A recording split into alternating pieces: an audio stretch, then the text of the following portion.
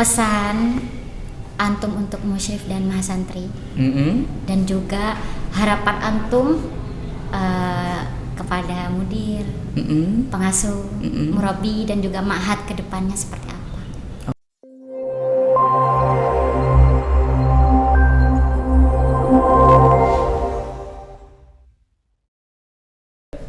Assalamualaikum warahmatullahi wabarakatuh. Selamat menjalankan ibadah puasa. Jadi selamat malam. Hari ini El Marifah Podcast kembali lagi.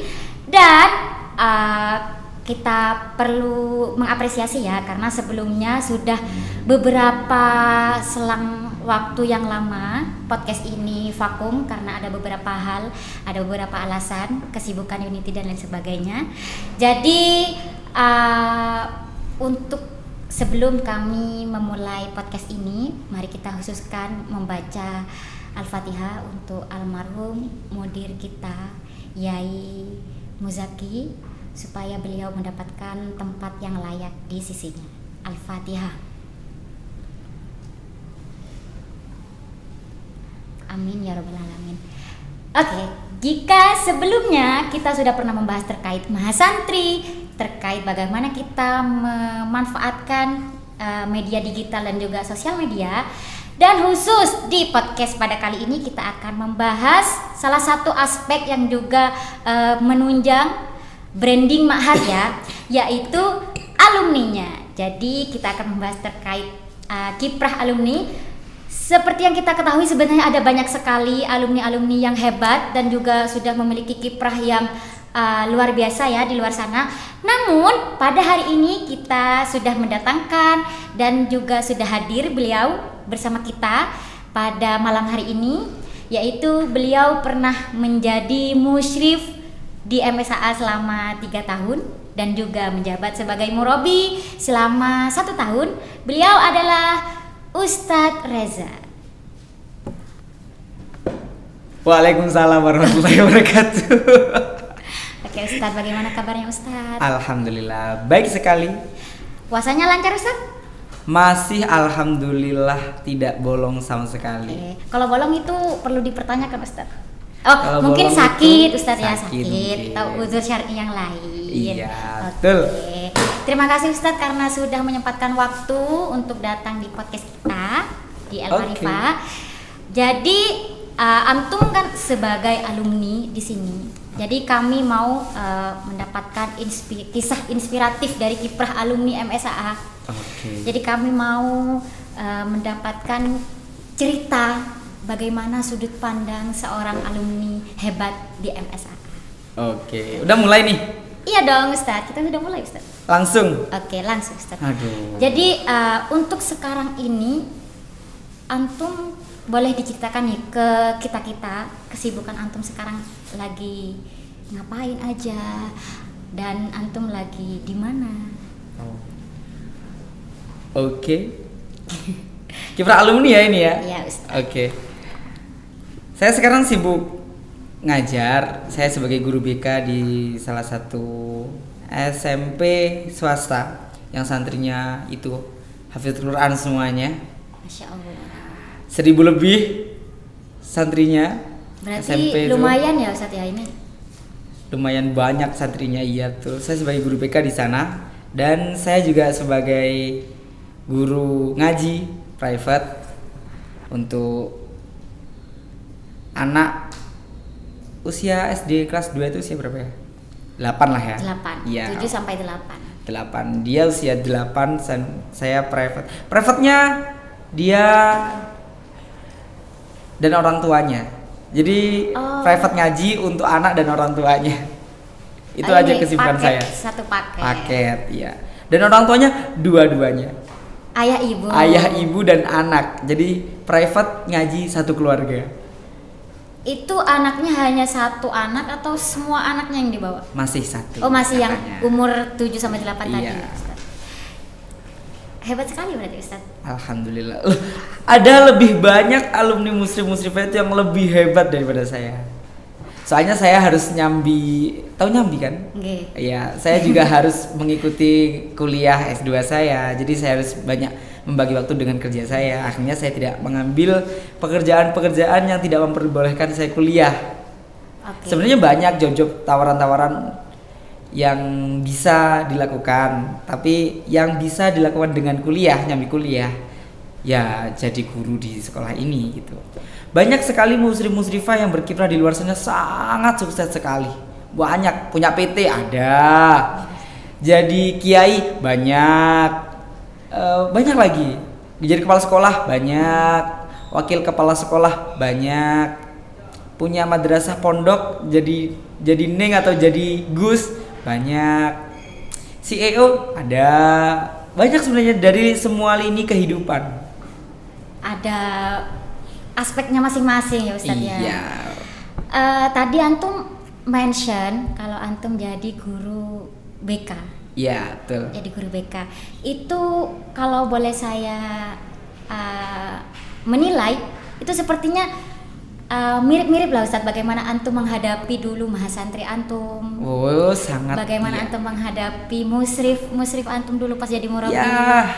Dan antum juga dulu kan murabi kesantrian. Sip, betul. Antum juga bagaimana menghadapi musrif antum di kesantrian itu juga. Ya, Mirip-mirip lah Ustadz ya. Mirip-mirip. Oke. Relate sekali. Relate ya. Iya. Jadi dari situ saya timbul pertanyaan lagi nih Ustadz. Apa nih? Jadi apa sih pengalaman antum di MSAA yang relate lah istilahnya, yang wah ternyata untung nih aku pas di MSAA seperti ini. Jadi ketika aku udah menjadi alumni atau udah berkiprah di dunia luar, ternyata ini berguna sekali buat saya. Gitu. Ada nggak Ustadz? Banyak sekali. Banyak ya Ustadz. Banyak banget. Gimana kehidupan sepertinya ya? Sepertinya MSAA itu adalah kehidupan kecil. Kehidupan kecil. Ya. Yang bisa kita gapai dengan mudah. Dan di luar sana itu adalah dunia besar. Dengan perantara dunia kecil itu, kita juga dengan mudah untuk menggapai di luar sana. Banyak banget pengalaman-pengalaman, pelajaran-pelajaran yang kita bisa ambil ketika menjadi seorang musrif-musrifah dan murabi-murabiyah. Banyak banget. Harus contoh nih. Contoh Ustadz. Contoh menangani kasus sudah. Bagaimana kita proses pendekatan kepada santri yang bermasalah atau santri yang ada problem. Itu sangat mudah ketika menjadi seorang alumni musrif-musrifah. Bahkan fun fact-nya, ketika kepala sekolah saya itu mengenal saya dan teman-teman saya yang dari Mahat yang juga alumni musrif-musrifah itu juga mengajar di sana, saya mengajar sampai sekarang dan sampai detik ini. Kepala sekolah saya itu bilang kalau bisa alumni musrif-musrifah saja. Karena pendekatan itu yang tidak dimiliki oleh alumni-alumni yang lain. Sedangkan alumni musrif-musrifah itu punya skill itu. Bagaimana dia pendekatan kepada santri, kepada siswa di sana. Bagaimana di sini itu kita menjalin komunikasi dengan yang baik. Betul. Di sana juga diterapkan. Banyak banget dari berbagai aspek kehidupan. Musrif-musrifah itu sangat menunjang bagaimana kita akan siap di dunia luar. Banyak banget dan berguna banget pasti. Oke, salah satunya skill pendekatan tadi ya Ustadz Ya, betul. Emang beda ya Ustadz ya, bagaimana mungkin kepala sekolah di tempat antum mungkin melihatnya oh caranya berbeda. Ya. Mungkin cara kita itu lebih spesial gitu ya Ustadz ya. Betul. Kalau menurut antum sendiri nih, kira-kira titik perbedaannya satu aja Ustadz, apa kira-kira?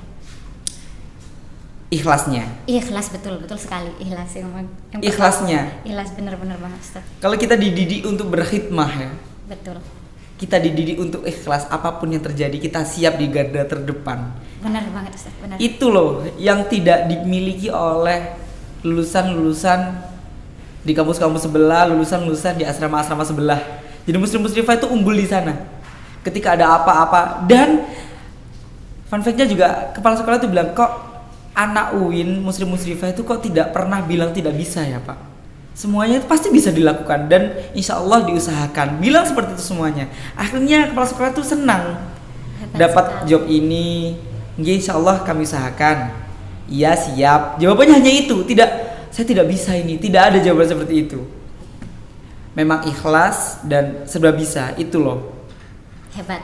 Hebatnya seorang musrifah. Hebat.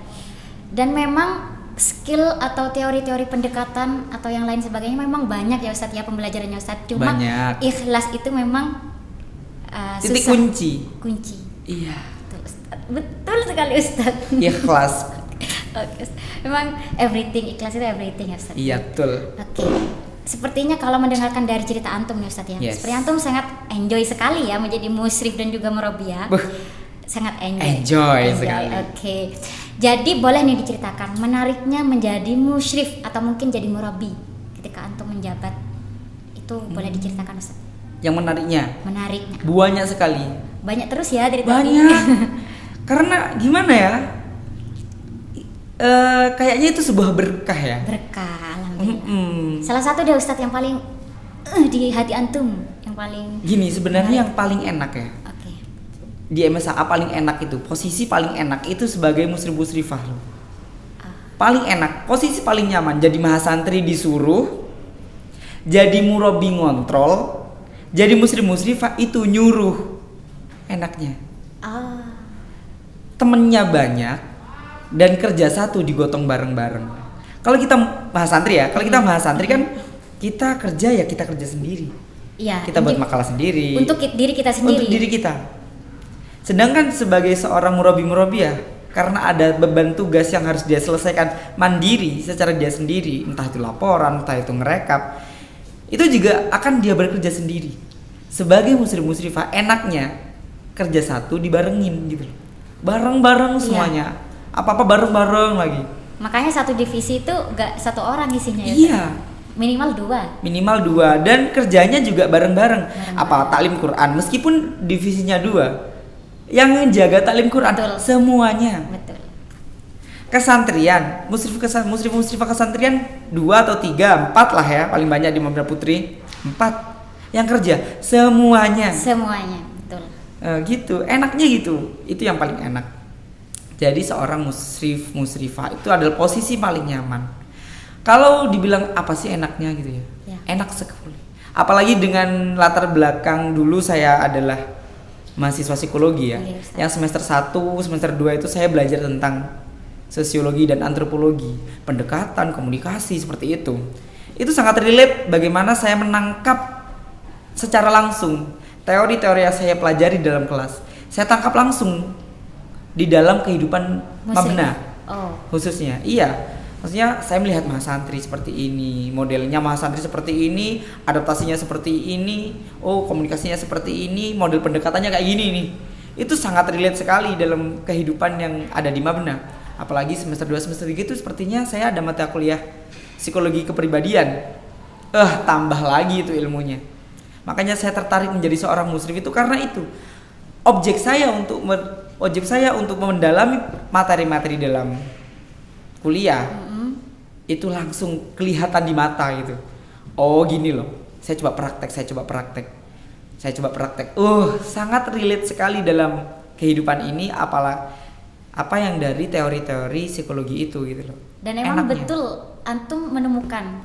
Betul sekali. Dan penelitian saya semester 2 yang tentang antropologi ya dari mahasantri. Tugas saya di semester 3 kepribadian 1 itu juga mahasantri. Semuanya all of tugas mahasantri adalah jawabannya mahasantri. Semuanya. Tapi memang objek di sekitar kita itu memang yang paling akurat sih Ustaz. Iya. Dan paling asik juga mahasantri itu. Mahasantri kalau kita ajak omong tentang perkuliahan, dia akan sangat excited sekali gitu loh. Apalagi saya ada tugas nih gini. Ayo dong bantu. Nanti kuwajarin. Ya wes ya. Dulu saya dipanggil A soalnya saya Farabi terus. Jadi saya dipanggil A terus. Ayo A gitu. Dia juga excited soalnya dia adalah mungkin kalau yang di luar psikologi itu ada pengetahuan baru, pengalaman baru. Yang di psikologi besok ini ada mata kuliah ini nih, tugasnya pasti gini nih gitu. Sangat-sangat relate di kehidupan seperti itu. Langsung gitu, real di sekitar kita. Jadi jawabannya. Itu yang menjadi titik hal menarik buat antum selama jadi musrif. Yang mendorong saya, yang akhirnya antum terinspirasi. Ada motivasi. ada motivasi untuk mendaftar menjadi musrif. Dan Akhirnya di terbukti musrif terus akhirnya. Oke. Sangat ini ya, Ustaz Reza ya, ingin mengamalkan teori-teori di perkuliahan. Uji coba sih Uji sebenarnya. coba. Bener nggak teori ini? Kalau nggak bener, aku tanya ini ke dosennya. Ternyata benar ya Ustaz? Bener. Untungnya benar ya, jadi gak ditanya. Betul. Oke Ustaz. Kemudian selanjutnya, ketika antum sudah menjadi alumni nih kan sekarang. Yes. Oke. Antum pernah menyadari suatu hal Kak? Mungkin kayak, oh aku pas ketika jadi musrif atau jadi murabi, seharusnya aku bisa melakukan hal ini. Atau antum nyesel gak melakukan hal itu? Seharusnya antum lakukan nih pas aku jadi musrif di MSA. Dan seharusnya hal ini menjadi hal baik untuk Mahat. Ada nggak yang seperti itu, Ustaz? Ada sih. Ada apa itu, Ustaz? Dulu itu ketika jadi musrif, sebentar. Dulu ketika saya jadi mahasiswa Ya. di fakultas, saya kan ikut organisasi peer counseling ya. Itu sangat berguna sekali bagi mahasiswa baru. Karena mereka harus beradaptasi dengan berbagai latar belakang di sebelum mereka. Dan akhirnya dia masuk ke Ma'had. Benar. Itu banyak sekali problem-problem yang muncul dari sebuah adaptasi itu. Homesick ya ceritanya. Ada yang homesick, ada yang bahasanya tidak tidak seperti yang dulu gitu kan. Banyak adaptasi yang harus mereka jalani. Dan akhirnya itu membuat beban dan akhirnya seperti ini, tidak kerasan atau apa. Sebenarnya saya itu dulu pengennya buka unit konseling di Ma'had ini. Ketika saya jadi murabi, rencana saya itu adalah memang buat unit konseling di Ma'had. Pas jadi murabi. Nih. Dan itu tidak terlaksana. Karena apa? Lulusan psikologi atau mahasiswa jurusan psikologi itu tidak ada, cuma ada 2. Pas antum jadi murabi? Iya, pas saya jadi murabi, musrifah itu yang dari psikologi itu cuma ada 2. Eman ya Ustaz ya? Eman banget. Sebenarnya Dan Kak, kalau misalkan itu terwujud bakal jadi hal baik. Karena tidak semuanya orang bisa cerita ke orang. Bener. Dan tidak semua orang mau menerima cerita orang. Bener banget. Bahkan mahasantri ke pendamping kamar kadang masih menutup-nutupi Ustaz. Makanya, tapi saya punya siasat dengan itu gitu. Akhirnya saya mewajibkan seluruh musrif divisi kesantrian itu untuk menampung semua curhatan mahasantri. Sebenarnya kan itu berat banget ya. Apalagi satu Mabna itu kalau Ma'had Putra itu 2. Kesantriannya. Ma'had Putri 4 sampai 5 kan. 4 sampai 5. Itu berat untuk 400, 500 mahasantri, untuk 250 mahasantri ditangani orang 2 itu sangat berat sekali. Tapi gimana lagi? Untuk memulai pelatihan itu kalau tidak punya basic lama. Satu pengurusan saya menjadi murabi tidak akan selesai. Akhirnya saya buat ke musrif-musrifah divisi kesantrian, gimana pun curhatan mereka. Kamu punya pendamping, punya dampingan 2 kamar, tapi dampinganmu sebenarnya adalah 1 Mabna. Untuk kesantrian. Untuk kesantrian, khusus untuk musrifah divisi kesantrian. Akhirnya saya bikin sesederhana mungkin bagaimana untuk menanggapi respon mahasantri, untuk merespon mahasantri yang seperti ini. Akhirnya saya bikin itu, saya berikan ke musrifah dan sosialisasikan kepada mahasantri. Kalau mau curhat di musrifah divisi kesantrian, kalau ada apa-apa curhatlah mereka. Di sanalah saya menemukan sebuah titik, harusnya ini bisa lebih efisien, lebih memanusiakan manusia, lebih ada aspek psikologisnya. Kalau ini dari musrifah yang basicnya adalah studi di psikologi. Seperti itu, eman banget. Seharusnya bisa dilanjutkan ya Ustaz. Harusnya bisa. Kan antum udah memulai nih, jadi ada yang melanjutkan dan mungkin diperbaiki atau di-upgrade lah istilahnya. Berhubung sekarang juga lumayan banyak loh Ustaz yang dari psikologi. Sekarang lumayan banyak. Lumayan banyak. Harusnya ada sih. Harusnya. Semoga ya nanti ya yang melihat podcast ini. Iya, saya rasa pihak Ma'had akan aware dengan saya. Soalnya saya menggebu-gebu pengen ini, pengen itu dulu itu. semoga ini ya. Oke Ustadz. Jadi terima kasih Ustadz untuk sudah sharing terkait harapan antum. Apa sih tadi yang seharusnya ya? Iya, bisa yang dilakukan. Bisa dilakukan dan di-upgrade ya. Upgrade. Oke. Sekarang antum kira-kira ada nggak yang hal yang paling dirindukan setelah menjadi alumni? Menjadi muslim-muslimah. Karena tidak ada beban. Oh. Jadi muslim-muslimah itu sebenarnya kalau saya pribadi ya, tidak ada beban. Jadi antum merasa jadi muslim-muslimah tidak ada beban? Enjoy sekali saya menjadi muslim-muslimah ya? itu. Karena saya dekat dengan mahasantri saya. Hiburan saya ketika jenuh untuk kuliah, hiburan saya adalah mahasantri. Benar sih. Kalau misalkan kita melihat peluang itu dan kita benar-benar dekat sama mahasantri, itu bisa jadi hiburan. Hiburan banget. Apa tidak bangga ya? Karena kita masih di tahap itu ya. Bangga akan pengakuan dari mahasantri. Iklo AA-ku. Benar. Saya di fakultas itu tidak dipanggil nama saya. Dipanggil AA juga. Dipanggil AA. Semua teman-teman saya manggil saya AA. Jadi kayak lakop gitu. Iya, lakopnya AA. AA. Anu enggak A? Iya sih kemarin. Dan ketika saya berpapasan dengan mahasantri saya, halo A gitu. Waduh rek gitu. AA rek. Akhirnya dari mahasantri saya yang bilang AA itu akhirnya lakop saya di fakultas juga AA. Sampai sekarang saya S2 pun teman-teman saya manggil saya AA. Ada anu enggak A? Ada. Saya tuh sukanya ya dulu ketika saya mahasantri, ketika saya menjadi musrif. Saya tuh duduk di balkon lantai 2-nya Farabi melihat mahasantri itu pulang PKBBA.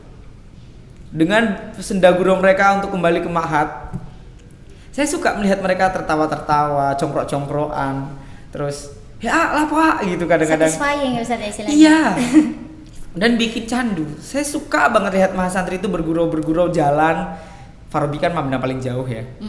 Dan halamannya sangat lebar sekali. Lebar, lumayan. Dari balkon itu terlihat mahasantri itu datang dengan ada yang ceria, ada yang jongkok-jongkok, ada yang lesu.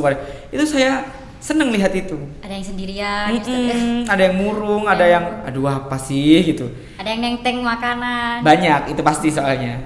Ada yang kesusu mandi, itu ada. Itu yang bikin saya candu. Itu yang bikin saya nikmat. Jadi seorang muslim-muslimah itu. Dan antum kangen itu sekarang? Saya kangen banget itu memang. Bagaimana ketika di anak lantai 2 ya, saya di balkon tiba-tiba nyamperin saya, "Delok opo sampean A?" Kalau delok arek-arek. Oh, jadi arek-arek senengane congkrok-congkrokan ya. Saya suka itu melihat mereka bergurau, melihat anak berbagai situasi dan kondisi yang dibawa dari bangku perkuliahan ke Ma'had.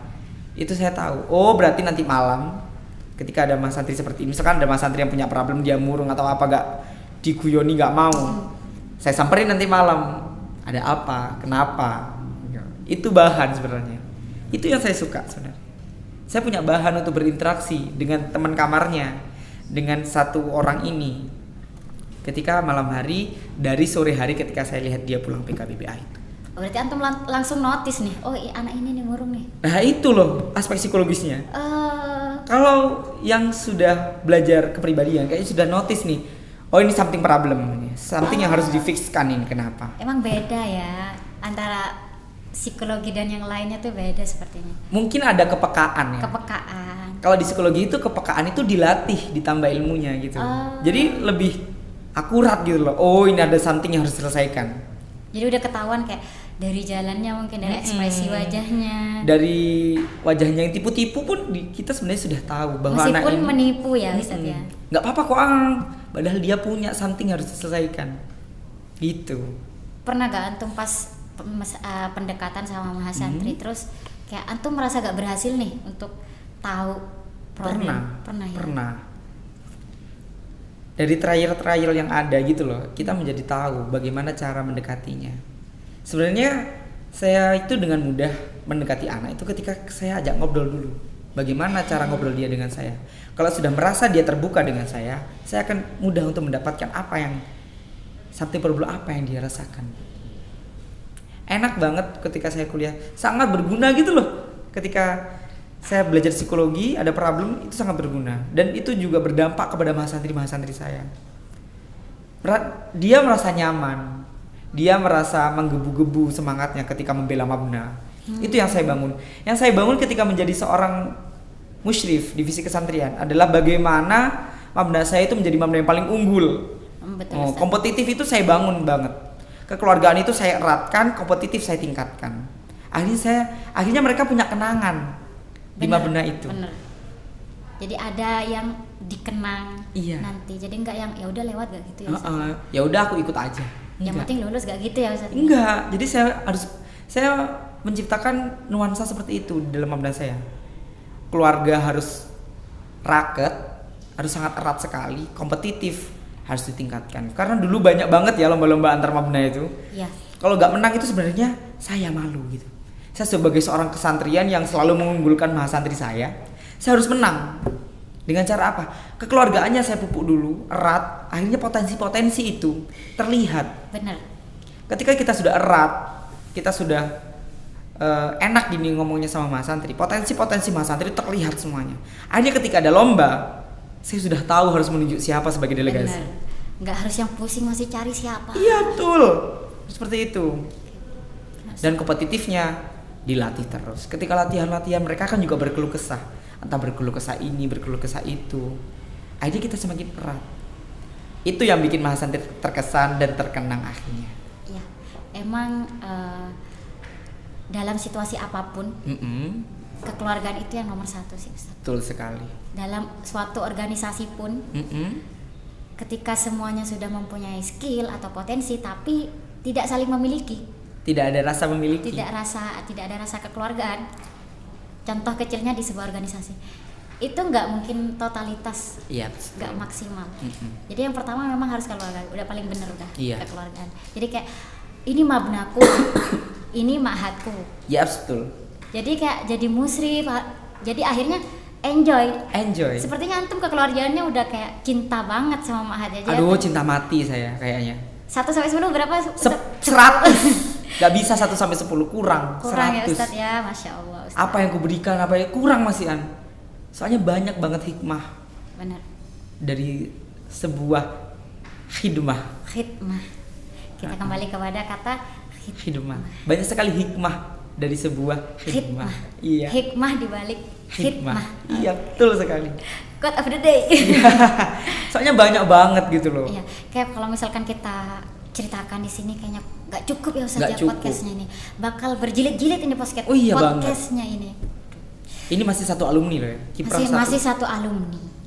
Kalau kalian kepo dengan alumni yang lain silahkan komentar nanti. Banyak banget alumni di luar sana yang belum bercerita tentang kiprahnya dan hikmah apa aja yang dia dapatkan setelah berkhidmah di sini. Banyak banget. Ya, banyak banget emang Ustaz. Oke Ustaz, terima kasih. Oke, udah selesai nih. Udah Ustaz. Mantap sekali. Oke, jadi untuk yang terakhir Ustaz ya. Iya. Pesan antum untuk musyrif dan mahasantri, dan juga harapan antum kepada mudir, pengasuh, murabi dan juga ma'had kedepannya seperti apa? Oke. Kota harapan saya itu mahasantri sekarang ya. Memang mahasantri sekarang sangat unik sekali ya. Unik ya, kita pakai kata unik. Iya, karena everything is unique ya. Yes. Every human is unique. Yes. Jadi tinggal kita mengolahnya seperti apa aja uniknya itu. Betul. Untuk mahasantri sih, potensi yang ada kembangkan, potensi yang sudah berkembang tingkatkan. Karena ma'had setahun ya, tidak ada lagi ma'had setelah ini. Potensi-potensi, kesempatan-kesempatan yang ada dalam ma'had lakukan, maksimalkan di ma'had, maksimalkan semaksimal mungkin. Karena kita tidak akan masuk lagi ke ma'had. Gitu. Ini pengalaman yang sangat tidak bisa diambil dan tidak bisa diulang. Maksimalkan jadi mahasantri, ikut ini, ikut itu, maksimalkan semuanya agar kamu terkesan di ma'had ini. Terkesan dan gak nyesel. Tidak ada sebenarnya orang yang menyesal di ma'had itu. Yang ada hanyalah mereka rindu kepada ma'had mereka.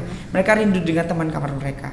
Maksimalkan pokoknya, apapun maksimalkan, rindu maksimalkan, kangen-kangenan maksimalkan semuanya ketika jadi mahasantri. Iya betul Ustaz. Terus untuk musyrif nih. Musyrif ini udah nggak ada tempat ternyaman selain sebagai musyrif-musyrifah. Nanti ketika antum menjadi murabi-murabiah nih, tidak akan senikmat menjadi muslim-musrifah. Nikmat sekali jadi muslim-musrifah itu. Kalau salah ada yang backingi soalnya.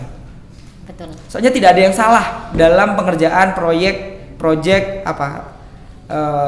proker itu tidak ada yang salah. Iya. Semuanya benar.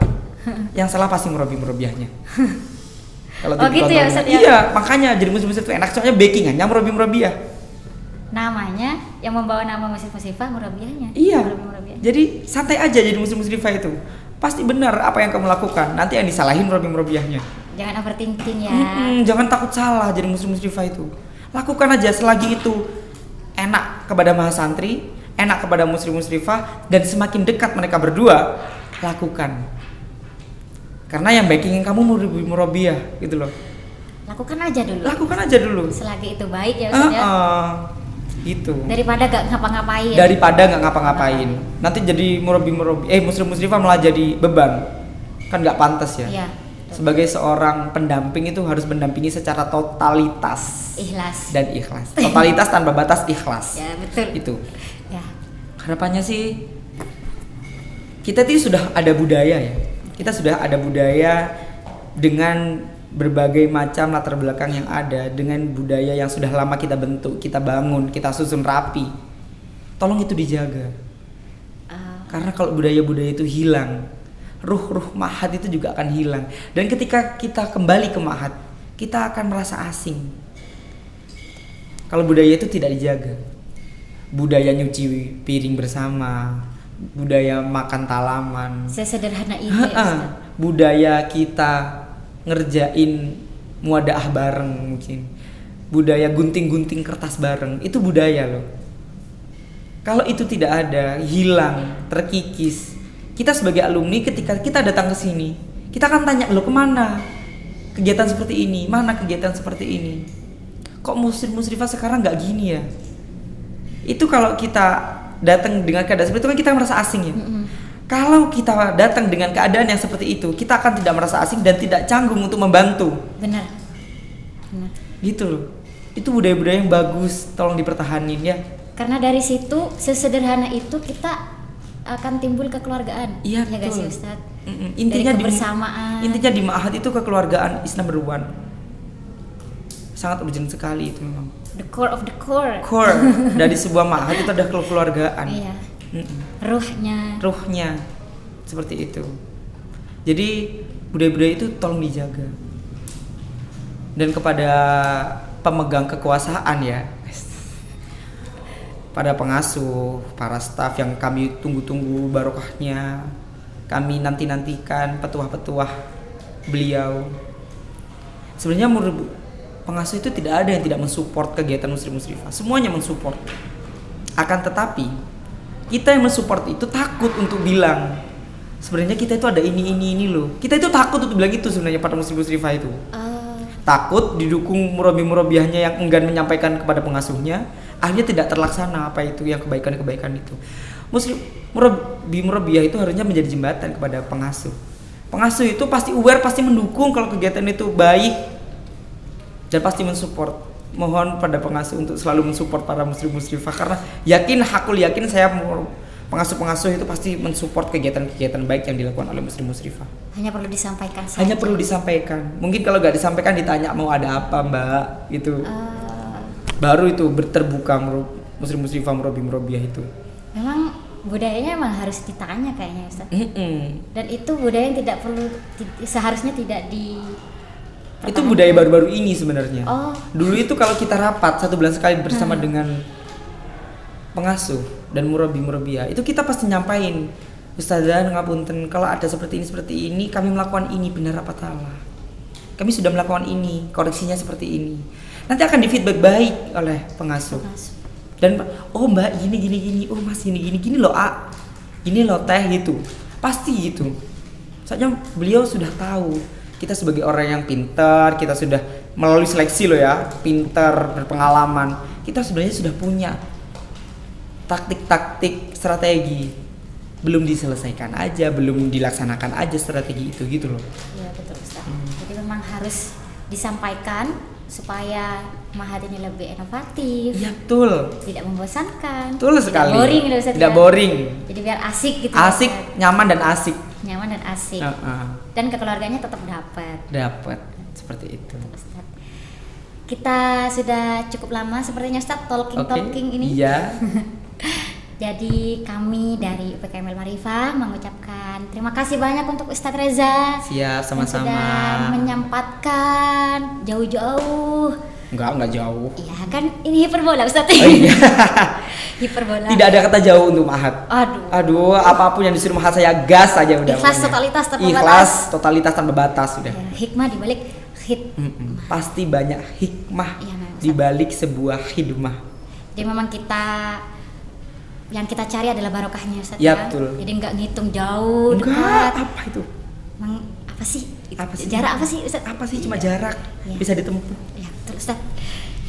Masya Allah sekali ya Ustaz Reza ini. Beliau panutan, kisahnya sangat inspiratif. Insya Allah. Masya Allah sekali. Ide-ide beliau juga sangat ini ya, berguna untuk Mahat. Mungkin tadi untuk usulan untuk melanjutkan psikologi tadi ya Ustaz ya. Apa bengkel apa istilahnya Ustaz? Apa? Psikologi, konseling, mohon Ini maaf. konseling. Bukan jurusan psikologi, tidak Oh paham iya. istilah-istilahnya Ustaz. Mohon maaf ya Ustaz. Boleh. Konseling mungkin bisa dilanjutkan Ustaz ya untuk Ya, kebaikan. siap. Kayaknya konseling nih gak hanya untuk mahasantri juga. Muslimahnya juga perlu konseling kayaknya. Ya itu harus beres dulu memang. Muslim-musrifahnya, murabi-murabiahnya itu harus beres dulu. Baru mahasantrinya akan dibereskan bersama-sama. Oke. Terima kasih Ustaz Reza, kami Sama-sama, sampaikan sekali sama-sama. lagi. Sangat luar biasa. Jadi selama ini kita tidak mendengar semua hal yang disampaikan dari Ustaz Reza dapat kita petik pelajarannya. Semoga ya, insya Allah. Insya Allah Ustaz. Di bulan puasa ini semoga semuanya puasanya lancar, Amin. menjalankan ibadahnya juga lancar, Amin. aktivitasnya juga lancar. Amin. Kita kembali lagi di episode selanjutnya. Berjumpa lagi di podcast El Marifah. Terima kasih El Marifah membangun cakrawala berpikir. Assalamualaikum warahmatullahi wabarakatuh. Waalaikumsalam warahmatullahi wabarakatuh.